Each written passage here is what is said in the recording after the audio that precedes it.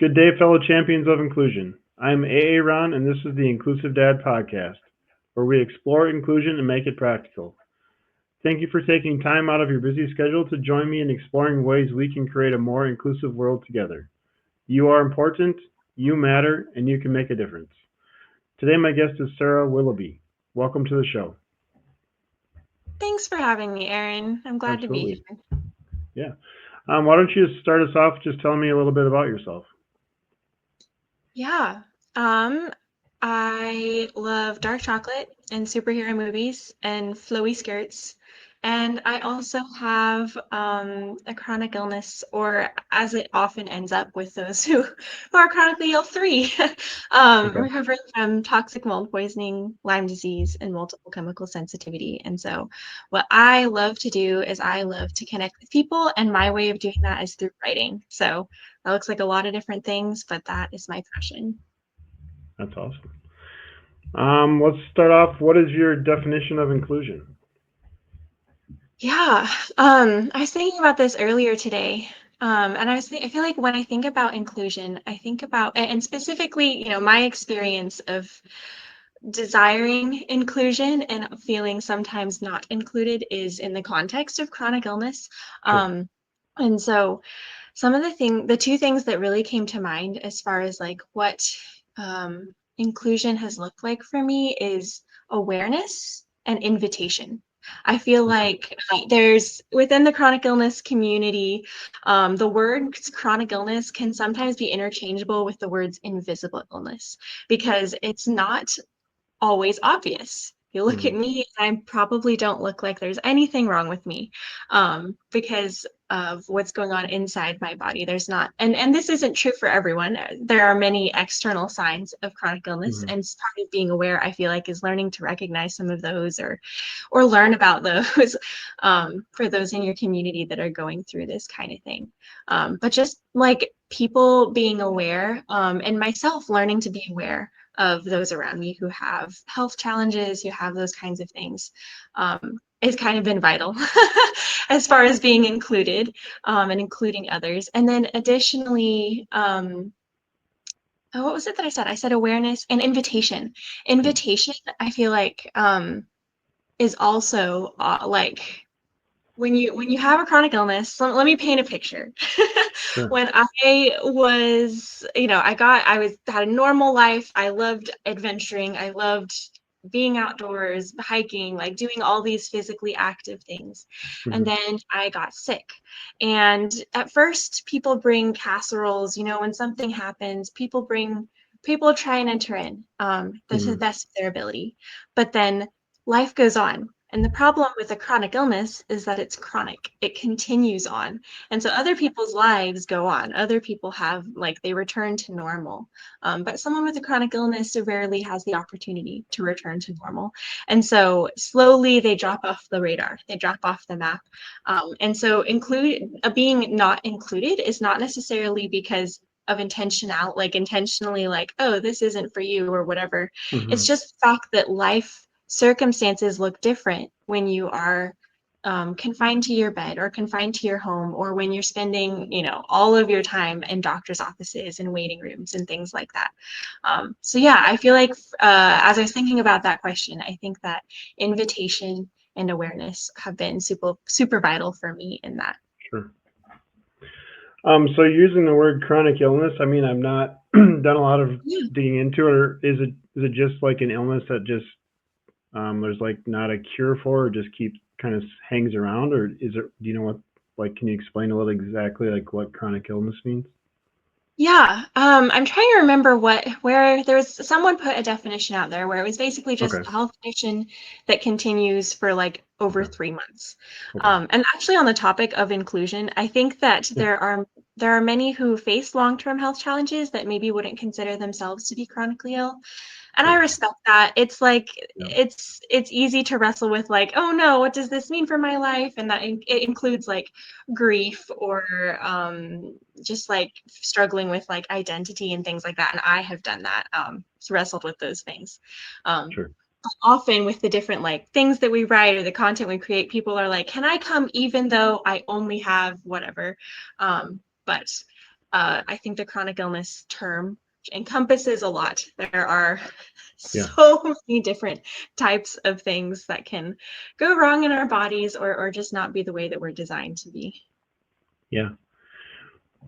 So how did you, I mean, how long have you had like one of your chronic illnesses, or when did it all start, I guess? Or do you want to explain a little bit about like how you found out about it or that kind of stuff? Yeah.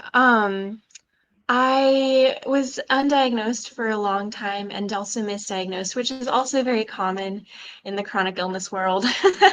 um, I mean, if the doctors know what's wrong with you and how to help you, then it doesn't become a chronic illness. Yeah. Sure. So I was undiagnosed for a long time, but I first started experiencing symptoms as a teenager. I had Okay. just turned 14. It was the summer before high school, and I was about to enter high school, and I just started having all these weird things happening to me, that were not normal for me. I had a lot of pain, particularly in my joints and things like that. So it took this pretty active lifestyle and made it very sedentary Mm-hmm. for me, which I mean was why I started writing eventually, because that was my way of connecting with the world. But then I was eventually diagnosed. For me, that looked like that happened through alternative healthcare, and so eventually diagnosed with the mold poisoning.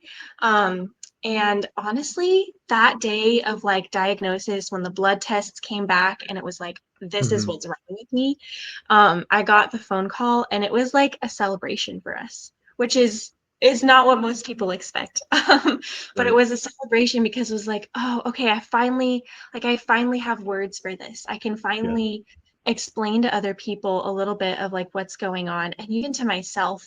And then I Yeah. also finally have steps to take. I can do something about what has happened to me, and learn to adapt to that, and learn what the things are that are going to continue for the rest of my life, and then also learn what the things are that I can receive help in, receive treatment Sure. for. Yeah. So yeah, so that all happened in high school, which is all in going into high school, and so that definitely affected Yeah. community and relationships, and I feel like that is continued to be part of my story. Yeah. So you mentioned you were diagnosed through alternative medicine. Had you gone through like I guess, what do you call it, normal medical channels, and weren't able to Yeah. figure it out then? Okay. Yeah, so the person who was able to diagnose me accurately for the first time was number 15, Doctor number 15. I had gone to everyone Oh imaginable wow. in Yeah. alternative health, in, Okay. traditional Western medicine, and just kind of been passed around of like, um, I don't know what's wrong with you. Try this Yeah. specialist. I'm not really sure. Try this specialist. And so it was Doctor Yeah. number 15 that diagnosed me, and Doctor number 17 that was able to effectively treat me. Wow. So like, how many years was it from when you started like having symptoms, trying to get it figured out, till you actually got the diagnosis then? Yeah.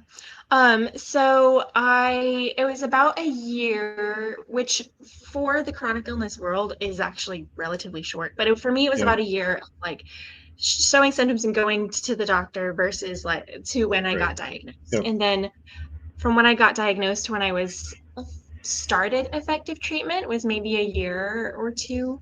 I can't remember exactly. And then the treatment since then was like a very, very up and down.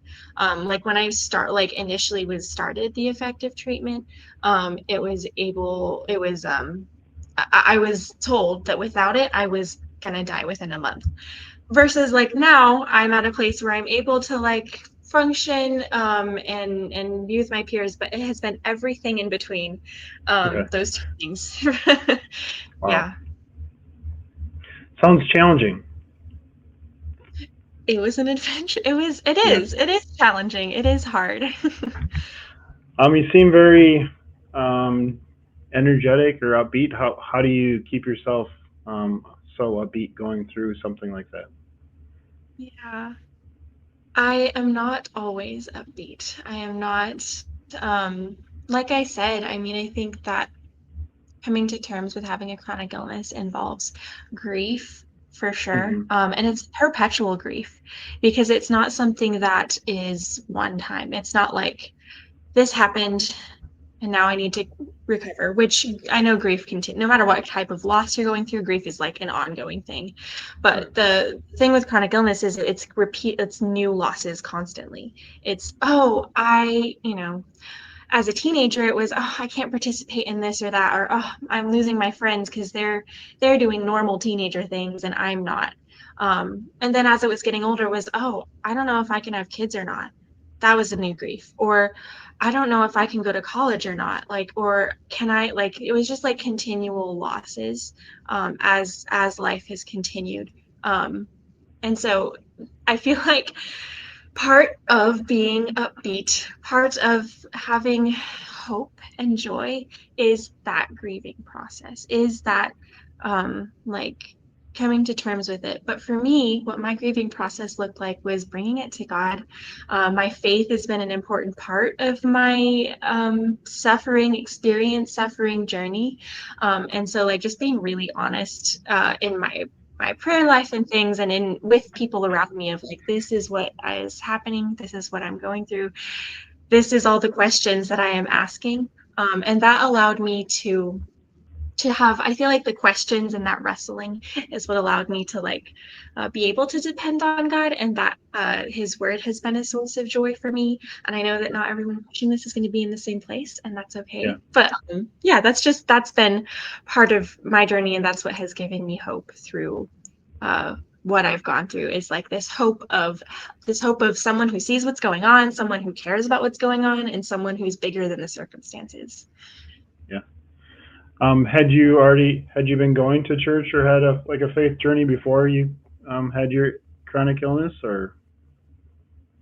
I did. I grew up believing in God because that's what my parents taught me to believe. Yeah. And then, but I grew up with, I feel like, a pretty bubble wrapped life. And so it was very easy to be like, sure, that Right. sounds good. Yeah. I think this is good. And this is what people are saying is good for me to do. Yeah. And so it was pretty bubble wrapped. And then, but I did have that. And I'm thankful for that foundation of that, like, just being able to like have a lot of like knowledge before then the Sure. knowledge hit the road, and it had to be like, does this match up, my beliefs match up with what I'm Sure. going through. um yeah. Yeah. Yeah, that makes sense. So I grew up I grew up Baptist, so we went to church every time the doors were open.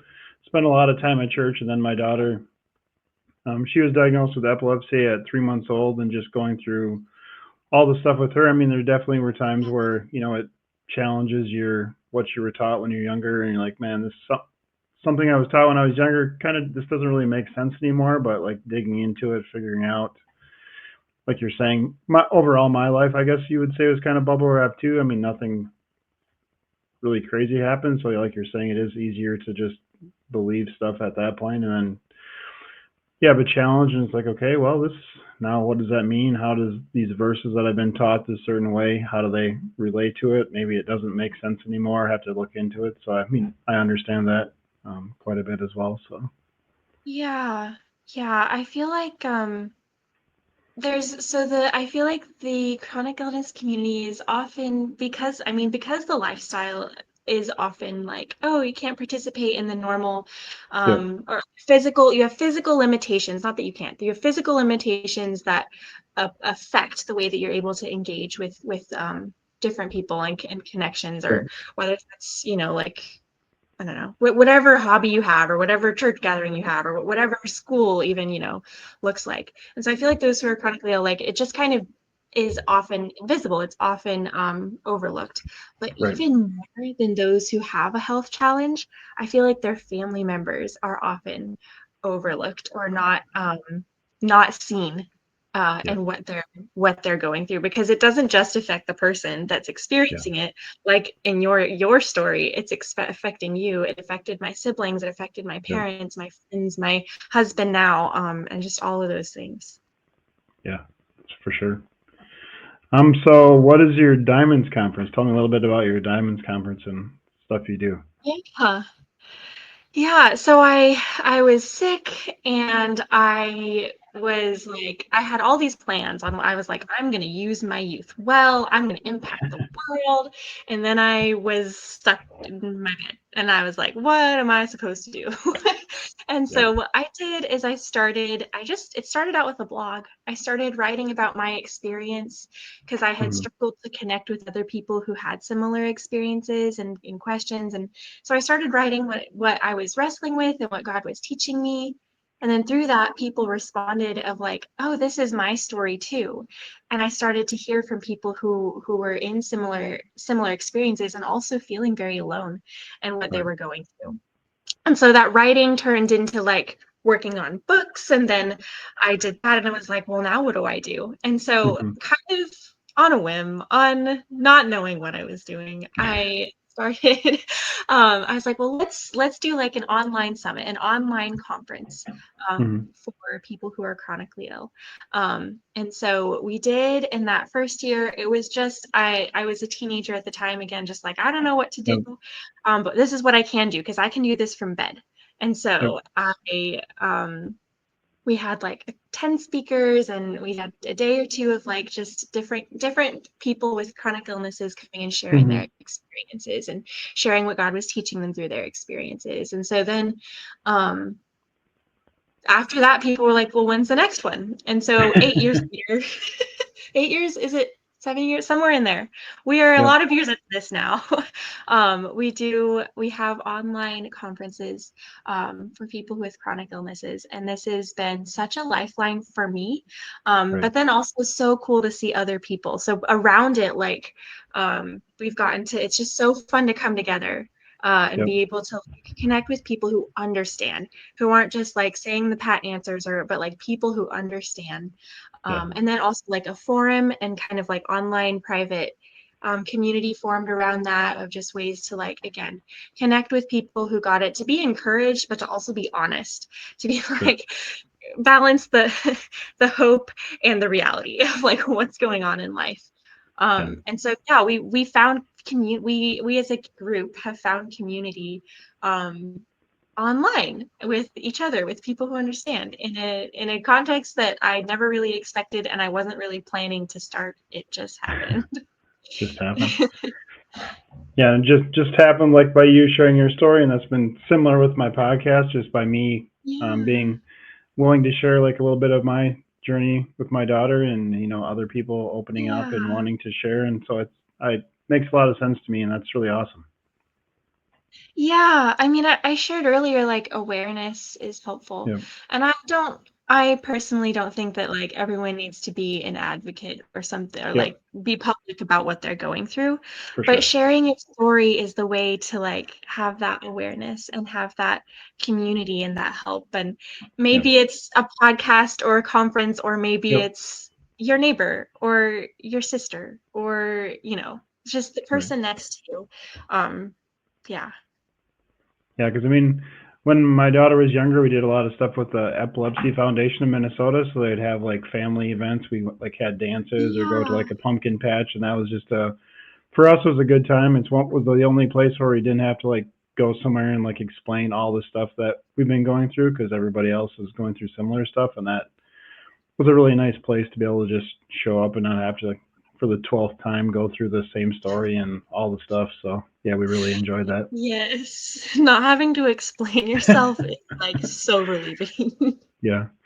Yeah, because I mean, we live in a smaller town, and then if all of her other doctors we went to is, well, we go to the Mayo Clinic, so for some of her Mhm. stuff, so you'd have to tell the local hospital this story. You go into that hospital, you have to say the same thing over again. It's like, how many times do I have to explain this whole? Can you guys just look in your notes and go from there? Why do I have to keep telling you the same thing?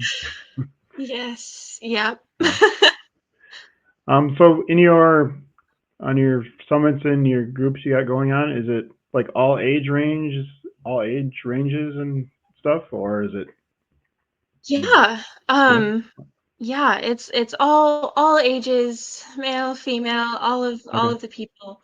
Um, yeah. I that's good. I I feel like going through hard things is often an equalizer. It's like Right.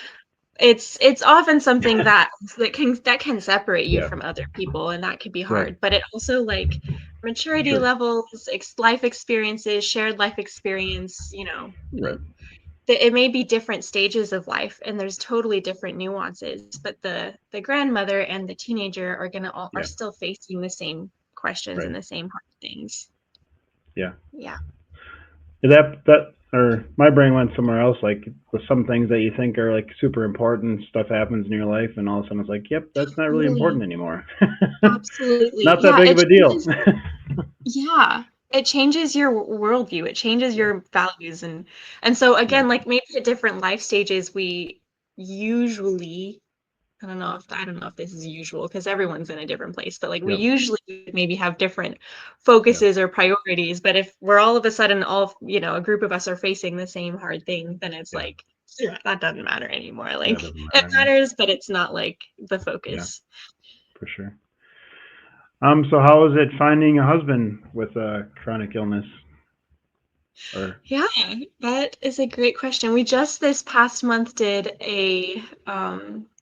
I can send you the link. It's free on YouTube for anyone, but we did a okay. whole session on like dating with a chronic illness, because Yeah. it's like, how do you do this? Right. Yeah. My husband and I met through an online class that I was taking, that we were Okay. both taking. And so it was just like a short little like 6 week like time management Yeah. leadership Yeah. class. But we met and then just kept talking, because he also, honestly, talking about that equalizer thing, he had been through some hard things in his life, and Sure. so it was like we were able to just like connect really deeply, um really quickly, and then later on realized, oh, we also both love Lord of the Rings and hiking, and There you go. yeah. Yeah. So I guess from your personal experience, how early, if you're thinking about, dating, how early in that process do you like share that you have a chronic illness or? Yeah, that is a great question. I think that probably was one of the things we were talking about in that panel, but I feel Okay. like uh it's very individualized. For Right. me, my story, I mean, I write about all of this publicly. I run Yeah, a that's true. conference because that's what I do. Right. And I met my husband and I were friends, part of like a bigger friend group Okay. before really like Yeah. we're interested in one another. And so I think that he kind of just knew ahead of time. But Yeah. that didn't mean that there still weren't like questions or like things to talk about. So he knew that I had these diagnoses, but he didn't know what that meant. And I Right. feel like one of the biggest pieces of advice that I give people, wherever they're trying to introduce this conversation, is it's an ongoing conversation. It's still an ongoing conversation. We're married now, and it's still like he's still learning about it, and he's put in a lot of work to learn about it. So if you are dating someone or interested in dating someone or married to someone who has um, health challenges, like putting in that work to learn, putting in that work Right. to like try and understand, and so like just asking questions and being willing to be taught, Yeah. being willing to Google, what does this word mean, what does that word mean, Yeah. just like learn, um, is extra work, but it has been so good for him and I. Now, a friend of mine, she has been like online dating recently, and so she's been asking that question. It's not like it's known right away. Right. Oh, this Yep. is happening or something. And so she has been asking that question, like, when do I Yeah. say this or when not? And she was like, well, like you wouldn't tell like someone, she's just thinking about like her dating profile, and she's like, you wouldn't put like a Right. lot of other personal information on there, so you don't Sure. you don't have to Yeah. be like upfront about that. Like, it can be with the trust that's built. If it's Yeah. like a long time in and you haven't shared it, Yeah. well, that's probably really exhausting for you because you're trying to hide it. Yeah. But like the closer that you get, the more obvious it becomes. And so I feel like for my husband and I, and for others that I've heard, like talking about it as it happens, of like he and I both had like conversation. We're like, all right, let's lay it all out. But like talking about um things that came up as they happened kind of opened the door for those Sure. further conversations, instead of being like, let me tell you all 10 years of my health history. Right. I was let me talk about these things, or like, okay, we're moving forward, we're getting more serious. These are some things I need you to agree with me on as far as navigating this. Like, if we need to be on the same page about these things, and if we're not, let's just talk about it till we figure it out. Yeah. Another friend also, she and I were talking about this when my husband and I first started dating, is we felt like we were so it was frustrating to me that like it had to be this like that it was obvious, like that as we got closer, that it wasn't something I could just like wait on, because it was just like clear in my case that it was happening. But she and I were talking, we're like, every single person has baggage of some kind, has things that are unique to them. Right. Whether that's negative or positive, there are things that you're going to have to deal with the other Yep. person. And the fact that chronic illness is more like obvious initially than maybe like a deeper heart struggle or a past experience is not necessarily a negative thing. It just is like both people have it. The person who has chronic illness and the person who doesn't, they have stuff going on in their life, or that has gone on in their life. And the fact that it's up front just means that you get to start having those conversations earlier, that you get to weed the wrong people out earlier. Right. Yeah, that makes a lot of sense here, like that part of it, because that is right. Like yours is, the chronic illness is probably a little more obvious and stuff somebody could have buried deep in there that they just don't talk about. That could have more of an effect on them, honestly, than even the chronic illness might. So. Right. Yeah. Yeah. What has been like? I don't know if you can pick just one, but what's like either your favorite Bible verse or a Bible verse that has kind of helped you through your journey with your chronic illness? Yeah, I love this question. 2 Corinthians 12:9 comes to mind, and it says, "But he said to me, my grace is sufficient for you, for my power is made perfect in weakness. Therefore, I will boast all the more gladly," I might be butchering this, "gladly about my power, about my weakness, so that Christ's power may rest on me." Yeah, just like depending on him and trusting that when I can't, or when I have just physical limitations where I can't do the things that I want to be doing, or I feel like I should be doing, of just like trusting that he's given me what I need and that he's going to bridge the gap where I can't can't do that. My weakness has become very obvious to me. We're all humans, like we've got weaknesses, but my weakness became obvious to me initially, both my physical weakness, but also in my physical weakness, my irritation, my selfishness, my all the things that the discomfort brings out became obvious to me. And so just like depending on his grace, because I couldn't do it, has what I've clung to. Yeah, that's a great verse. What is one tip you can share to help our listeners be more inclusive today? So just something that anybody can start today to be more inclusive. Yeah, I also love this question. I would say be creative, particularly like again in the context of someone who has health limitations or physical limitations. Just be creative in how you're including them. So maybe both for those who are chronically ill and those who love someone who's chronically ill, because maybe we can't go out and do this, but come over and have a movie night with us. Or maybe maybe my friend needs to meet people online because that's what she has the physical capacity for right now. So we were talking about be creative with dates, have, game night over Zoom, or whatever. Like another chronically ill friend was recently telling me that she and her husband for date night just stayed home and had karaoke night. And so just being creative for different ways to like connect with one another, or even like with church. I know another friend who, she had like a sensitivity to fluorescent lights. So her church took out their fluorescent lights. Like they just made it so that she could be there and came up with new ways to connect, or other ways to connect where she was. And so, be creative. Think outside the box, right? Yes, absolutely. Different ways. Where's a good place for everybody to connect with you? Yeah. You can find all the things, all the social media, the conference books, all the things at sgwilloughby.com. So it's just my name right here, Yep. but .com. Yep. Okay. Sounds good. I will make sure I put that in the show notes. Is there anything else that you want to talk about that we haven't discussed? We've covered a lot of stuff. Yeah, no, nothing comes to mind. I do want to share on my website, I have a free devotional. Like it's just a 7-day Okay. devotional. If there's someone who's like, I have these questions about like with God and just wants to wrestle with him and have some like help wrestling with him. Sure. That's also there. I can send the link to that as well. But it's just Awesome. sgwilloughby.com/devotional. So Okay. that's just free if Sure. that's helpful for anyone. Awesome. Ready for the last question? Absolutely. Do you like spam lunch meat? Yes or no? No, I do not. No. I did live in South Korea for a while, and spam Okay. was very popular there. Yeah. So I don't know. I just never jumped on the bandwagon. Yeah. I asked that question because I live in Austin, Minnesota, where they make spam and where the spam museum is located. So Oh, it's been kind of fun just to ask all my that's guests cool. to find out.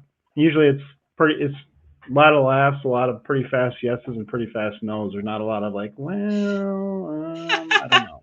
It's a strong opinion Yeah, question. Yep. for sure. Well, thank you so much for being on the show today. Thank you so much, Yeah, Aaron. It there was we go. wonderful to be here. Yeah. To those listening, thank you for allowing me to be part of your journey. It is truly an honor. Please join the podcast newsletter by clicking on the link in the episode description to keep up with the latest episode. Together, we can make the world more inclusive.